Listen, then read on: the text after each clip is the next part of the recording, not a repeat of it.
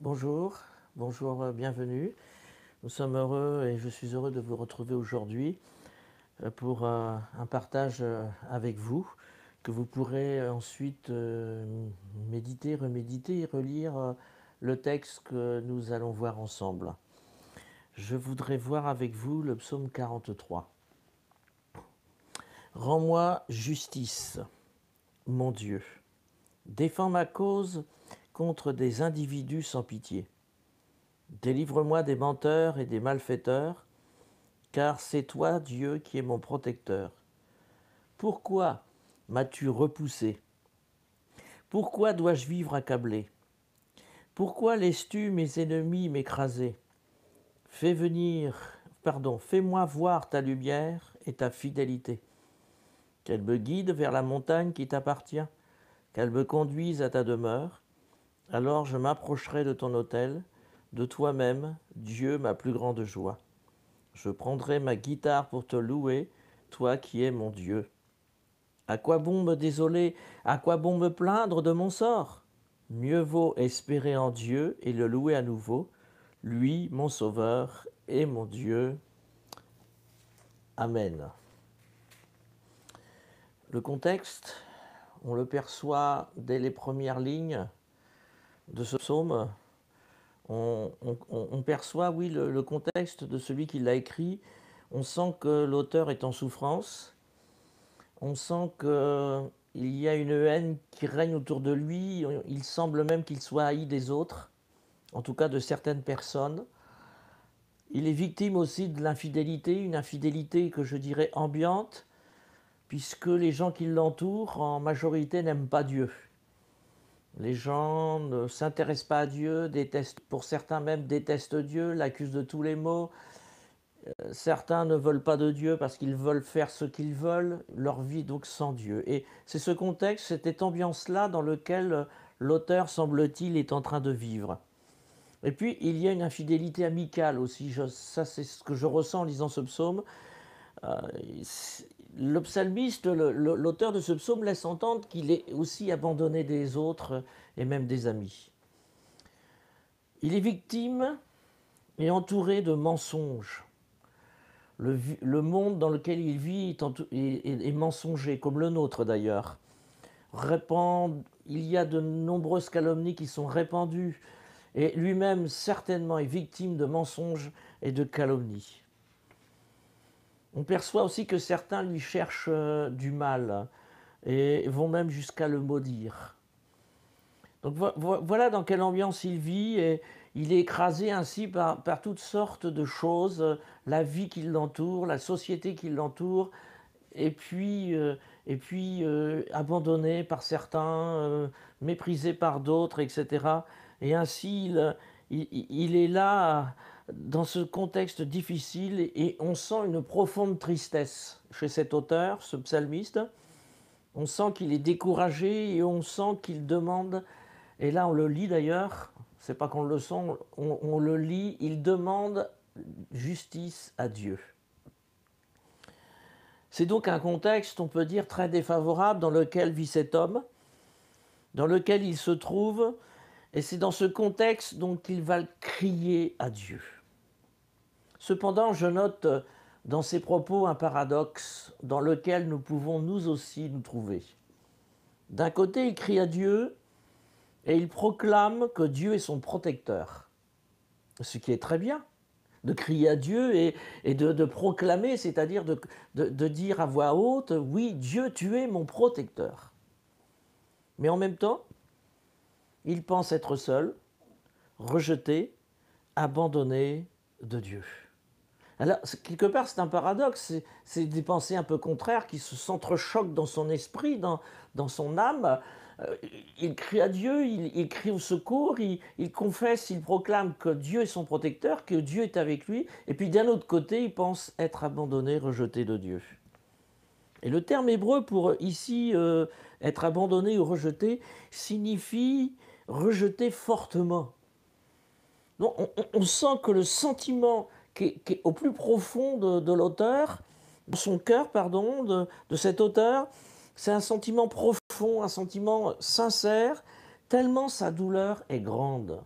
Et c'est vrai que parfois, bien-aimés et chers amis, quand on est accablé de douleur, quand on est accablé par l'épreuve, quand on est accablé parfois par des personnes qui nous en veulent, qui font preuve de méchanceté et autre chose, quand on vit dans une ambiance qui n'est pas facile, et je pense aux chrétiens qui sont seuls chez eux, entourés de personnes qui ne veulent pas croire, ou qui sont dans des usines, dans des entreprises où il y a un monde hostile à l'évangile, on peut avoir cette impression d'être d'une douleur grande et comme seul.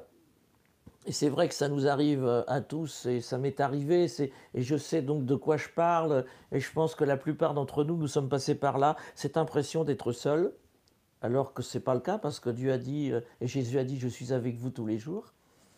Et puis il y a les frères et sœurs en Christ, il y a les amis chrétiens autour de nous, mais on a l'impression quand même d'être seul, abandonné.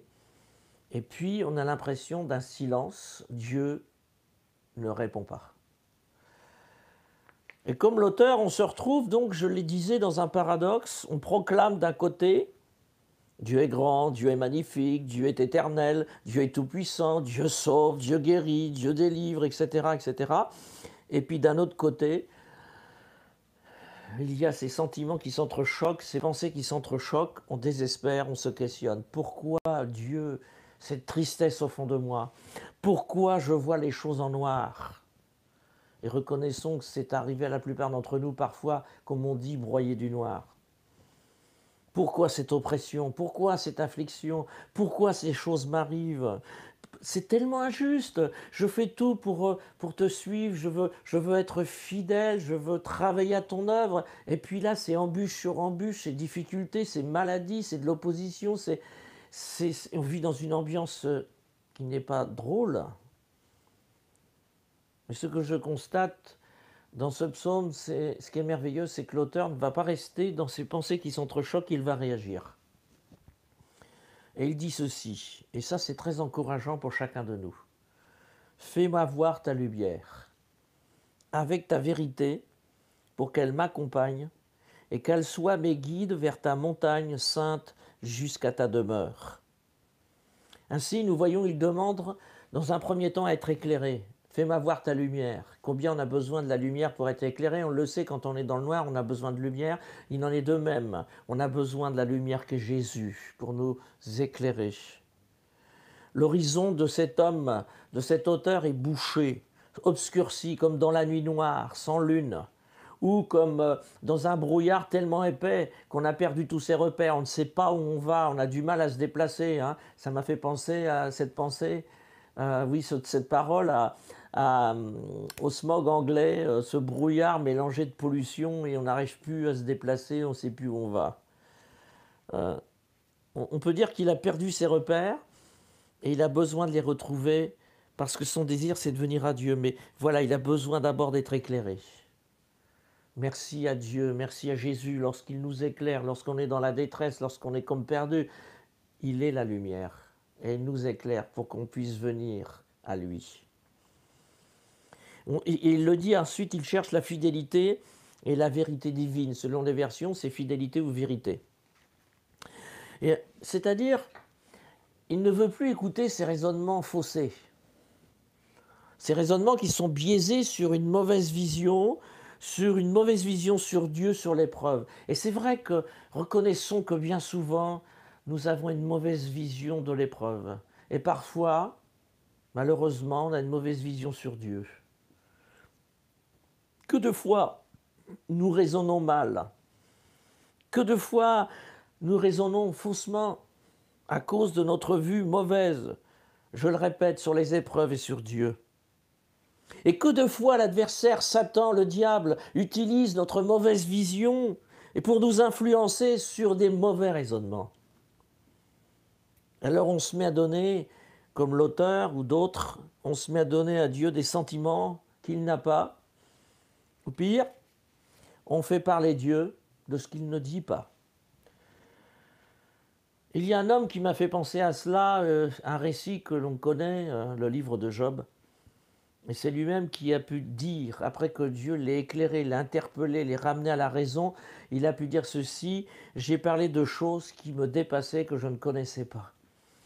Il s'est repenti devant Dieu d'avoir fait cela, Et il a pu dire ceci: mon oreille avait entendu parler de toi, mais maintenant mon œil te voit. Dieu l'a éclairé, et c'est pour ça qu'il a pu dire maintenant mon œil te voit. Alors cherchons Dieu, approchons-nous de Dieu, laissons Dieu nous éclairer, laissons Dieu nous guider. Car lorsque nous voyons tout est noir, la lumière de Dieu va briller comme un phare dans la nuit et nous guider. La lumière du Seigneur va resplendir sur nous, sur notre face, et nous ramener à la bonne raison. Et l'auteur le dit, s'il veut être éclairé, c'est qu'il a une raison, c'est qu'il veut s'approcher de Dieu. Il fait le choix, et là encore, c'est une bonne réaction, pardon, il fait le choix de s'approcher de Dieu. Et il dit ceci: alors, j'avancerai jusqu'à l'autel de Dieu, vers toi, Dieu de ma joie et de mon allégresse. Alors je te louerai en m'accompagnant de la lyre ou de la harpe. Ô Dieu, tu es mon Dieu. Quelle belle déclaration, n'est-ce pas? Avancer ici veut dire atteindre. L'auteur, le psalmiste, décide et se fixe un but: s'approcher de Dieu, s'approcher de l'autel de Dieu pour louer Dieu. C'est son but. On voit qu'il y a un ressaisissement dans sa vie et il se lève pour aller au but et louer Dieu. Quelle grâce, quel privilège! Il sait qu'il peut le faire, mais il ne se contente pas de savoir le faire, il le fait. Oui, chers amis, la louange est une chose importante. Comme l'auteur, nous devons nous ressaisir à chaque fois que c'est nécessaire et ne pas rester repliés sur nous-mêmes ou rester dans le désespoir. Oui, il est bon de louer l'Éternel et de proclamer, premièrement, de proclamer qui est Dieu. Il y a plein d'attributs de Dieu que l'on peut proclamer. Il est éternel, il est puissant, il est miséricordieux, il est bon, il est amour, il est juste, il est saint. Et j'arrête ici, mais il y a plein d'attributs, plein de qualificatifs de Dieu, de ce qu'il est. Et il est bon aussi de proclamer ce que Dieu a fait, ce que Dieu fait. Il m'a sauvé, il m'a racheté, il m'a lavé par le sang de Jésus, il m'a purifié, il m'a justifié, etc., etc. Mais il est bon aussi de proclamer qui nous sommes. Nous sommes fils et filles de Dieu. Nous avons une nouvelle identité. Nous sommes enfants de Dieu. Et il est bon aussi, chers amis, de le proclamer. Dans ce verset, nous avons lu « Dieu de ma joie et de mon allégresse ». Et je suis allé voir le mot « allégresse » dans ce texte écrit en hébreu, bien entendu. L'Ancien Testament a été écrit en hébreu. Et qui veut dire aussi « heureux résultat, issue heureuse ». Et c'est vrai, je l'ai remarqué moi-même par expérience, que lorsque l'on loue Dieu et qu'on accepte de déposer nos fardeaux, nos problèmes, nos soucis, enfin tout ce qui ne va pas, on le dépose et on se concentre sur Dieu, sur sa gloire, sur Jésus, sur le Saint-Esprit. Et on se met à louer Dieu et la louange nous amène sur un autre regard, sur une autre dimension, dans une autre atmosphère. Cela nous amène dans la foi, cela nous amène dans la victoire sur l'issue de la difficulté. Ainsi, oui, il est bon de louer Dieu, certes dans son cœur, mais plus encore dans la louange parlée. Il faut proclamer à haute voix.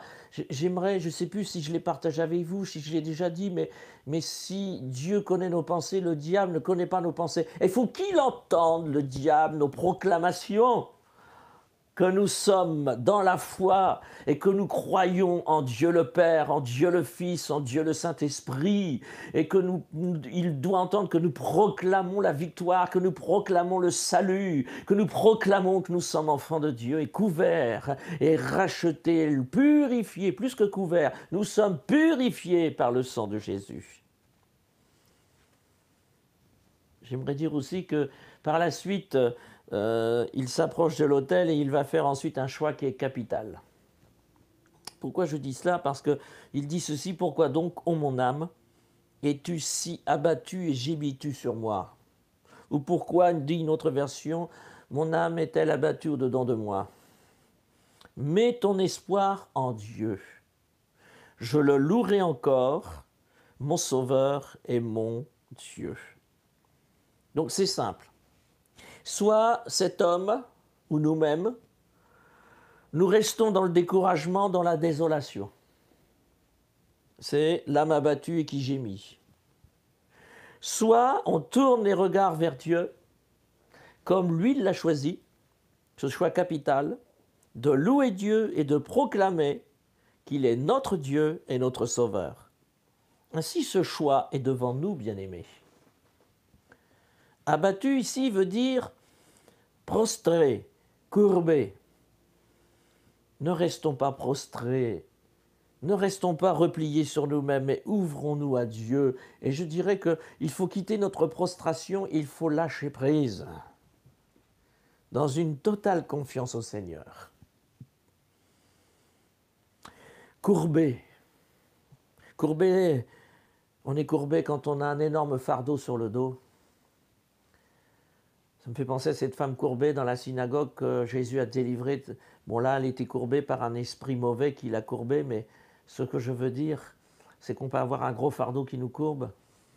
Mais j'aimerais aussi aborder un autre sujet. Je sais que certains n'aiment pas trop ce sujet-là, ils n'aiment pas qu'on parle de ça, mais pourtant, nous croyons bien sûr qu'en tant que chrétiens, nous ne pouvons pas être possédés. Mais parfois, il y a des attaques sataniques, bien-aimés. Il y a des influences démoniaques qui nous courbent. Et là, nous avons besoin de crier à Dieu et d'être secourus et délivrés de cette influence. Et c'est pour ça qu'il est important là, à ce moment-là, de proclamer, peut-être pas forcément tout seul, parce que parfois on n'en a plus la force, mais de le faire avec des chrétiens, des chrétiennes, un pasteur, des anciens, enfin, être entouré et de crier ensemble et de proclamer la victoire de Jésus ensemble sur Satan, de proclamer que les dominations, les autorités ont été dépouillées, livrées publiquement en spectacle, ce qui signifie qu'elles ont été mises à nu, elles sont désarmées, elles ne peuvent rien contre les enfants de Dieu. De proclamer que nous sommes revêtus de l'armure du Christ, des armes chrétiennes, que nous utilisons et nous repoussons les attaques de l'adversaire, de proclamer, bien-aimés, chers amis, de proclamer que nous soumettons à Dieu et que nous résistons au diable et il fuit loin de nous, et de relever ainsi la tête. Gémir, j'ai voulu regarder aussi ce que voulait dire gémir, et ce n'est pas forcément ce que l'on croit. Ça signifie ici murmurer, grogner, mais pas dans le sens de murmurer comme les Israélites dans le désert qui râlaient après Dieu. Non, il ne s'agit pas de râler ici. Ça signifie aussi rugir, pleurer, faire du bruit, tumulte, clameur, être bruyant, être troublé, comme quand on crie à Dieu parce qu'on est troublé et qu'on pleure devant Dieu à chaudes larmes et à haute voix. Donc c'est vrai que parfois on va crier de douleur et parfois il est bon aussi de crier sa douleur. C'est un gémissement que l'on pousse envers Dieu et Dieu répond. Et d'autres fois, c'est un murmure en silence.